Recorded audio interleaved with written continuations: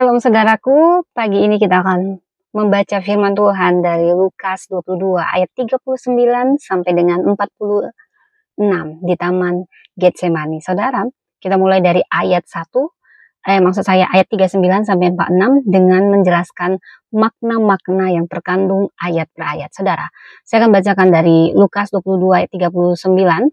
Lalu Yesus pergi keluar kota dan pergi ke Bukit Zaitun seperti biasa. Murid-muridnya juga mengikuti dia. Ada inti makna dari ayat ini menunjukkan bahwa Yesus adalah pribadi yang konsisten dalam kebiasaan doanya, bahkan menjelang penderitaannya. Jadi apa makna rohani dari ayat ini? Dalam tekanan dan ketakutan, Yesus tidak mengubah ritme rohaninya. Bila kita melihat dari bahasa aslinya ada kata kunci, ia pergi keluar, excelden. Ini menunjuk pada tindakan sadar dan terarah, saudara. Dan kemudian ada kata seperti kebiasaannya, kata tote ethos. Ini menandakan konsistensi hidup rohani. Jadi bagaimana kita mengaplikasikan ayat ini? Kita harus melakukan kesetiaan dalam kebiasaan rohani. Ini akan menguatkan kita saat badai datang. Saudara, bila kita melihat dari ayat yang selanjutnya, ayat 40, setelah tiba di tempat itu, Yesus berkata kepada mereka, berdoalah supaya kamu jangan jatuh ke dalam pencobaan. Ada inti makna dari ayat ini. Ini menunjukkan bahwa adalah doa itu benteng agar kita tidak jatuh dalam pencobaan. Makna rohaninya, Yesus tidak hanya fokus pada penderitaannya, tetapi juga memperhatikan murid-muridnya. Bila kita membaca dari bahasa asli, kata kunci berdoalah proseuchester, ini suatu imperatif, yaitu menunjukkan suatu keharusan yang terus-menerus. Kemudian me eseltein, supaya kita jangan masuk dalam pencobaan. Saudara, jangan tunda doa saat godaan mendekat.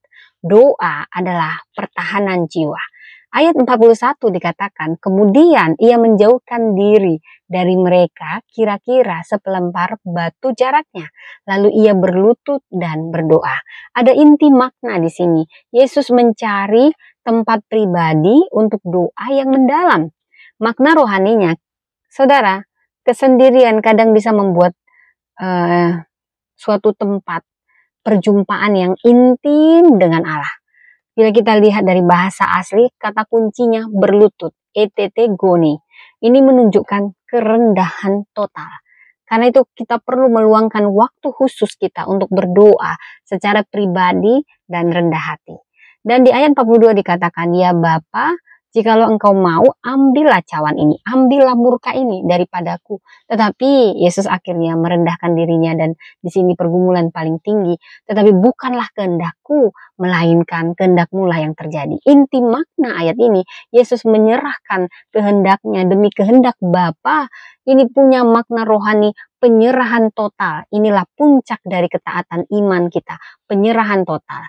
Bila kita melihat kata cawan, ini bahasa Yunaninya poterion, ini simbol penderitaan atau murka Allah. Nah, jadi bila kita mengambil kata kehendak, ini bahasa Yunaninya telema. Ini inti dari penyerahan diri secara rohani. Jadi, apa yang diajarkan pada kita? Doa bukan untuk mengubah kehendak Allah, tetapi lebih dulu mengubah hati kita untuk menyelaraskan hati kita ini dengan kehendak Tuhan. Lalu kita masuk di ayat yang 43 dikatakan, maka seorang malaikat dari langit menampakkan diri kepadanya untuk memberi kekuatan kepadanya. Inti makna dari ayat ini, dalam ketaatannya, Yesus akhirnya menerima kekuatan surgawi. Makna rohani di dalam ayat ini, pentingnya ketaatan. Karena hanya dengan ketaatan, kita akan menarik kekuatan ilahi yang tidak terlihat. Kata kuncinya, menguatkan. Bahasa Yunaninya, enistion. Ini memberi daya dari dalam, inner empowerment. Jadi kita perlu melakukan penundukan pada kehendak Tuhan yang akan membuka jalan bagi pertolongan surgawi.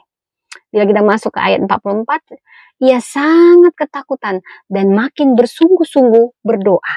Peluhnya menjadi seperti titik-titik darah yang bertetesan ke tanah. Inti makna dari ayat ini ada penderitaan batin Yesus sangat dalam, namun dia tidak berhenti berdoa. Makna rohani di sini, doa sejati itu mencakup pergumulan emosi dan jiwa yang terdalam, saudara. Kata kuncinya pergumulan hebat, bahasa aslinya agonia. Ini adalah dasar dari kata agonije, artinya bergumul dalam tekanan besar. Saudara, bila kita juga mengambil kata makin sungguh-sungguh ya, kita ambil kata di situ Yesus makin sungguh-sungguh. Ektenesteron. Ini artinya suatu intensitas yang meningkat dalam doa, saudara. Jadi kita perlu saat berdoa itu adalah saat kita menjadikan doa itu menjadi perjuangan. Jangan berhenti. Itulah saat Tuhan bekerja. Ayat 45 dikatakan, lalu ia bangkit dari doanya dan kembali kepada murid-muridnya. Tetapi mereka didapatinya sedang tidur karena duka. Inti makna ayat ini, murid-murid kalah karena kesedihan dan ketidakwaspadaan. Makna rohani dari sini, duka tanpa doa bisa membuat kita mati secara rohani. Kita ambil kata kuncinya sedang tidur. Kateudauntas. Artinya tidak hanya fisik tapi juga bisa simbol kelalaian rohani. Karena duka, apotes lipes. Ini menunjukkan tekanan batin yang tidak tersalurkan melalui doa.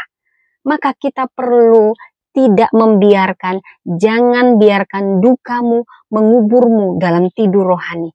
Salurkan itu semua lewat doa. Dan ayat 46 berkata, katanya kepada mereka, mengapa kamu tidur? Bangunlah dan berdoalah supaya kamu jangan jatuh ke dalam pencobaan. Inti makna dari ayat ini, Yesus mengajak kita untuk bangkit berdoa agar tidak kalah oleh pencobaan. Makna rohaninya, kesadaran rohani harus dibangunkan lewat disiplin doa. Bila kita mengambil kata kuncinya, bangunlah, bahasa aslinya anastantes. Ini ajakan aktif untuk membalikkan keadaan. Kemudian berdoalah, proseuchesta. Ini pengulangan yang menunjukkan urgensi, penting sekali. Saudara, saat Tuhan berkata bangunlah, itu bermakna panggilan kasih untuk menyelamatkan kita dari kejatuhan. Jadi bisa kita buat suatu kesimpulan kunci. Doa yang tidak tertidur itu adalah doa yang konsisten seperti Yesus. Ayat 39. Itu adalah doa yang menjaga hati dari pencobaan. Ayat 40 dan ayat yang ke-46. Doa yang tidak tertidur adalah doa yang penuh penyerahan dan pergumulan. Ayat 42 dan 44. Dan itu doa yang mengundang kekuatan surgawi. Miliki kekuatan doa yang tidak tertidur. Tuhan memberkati.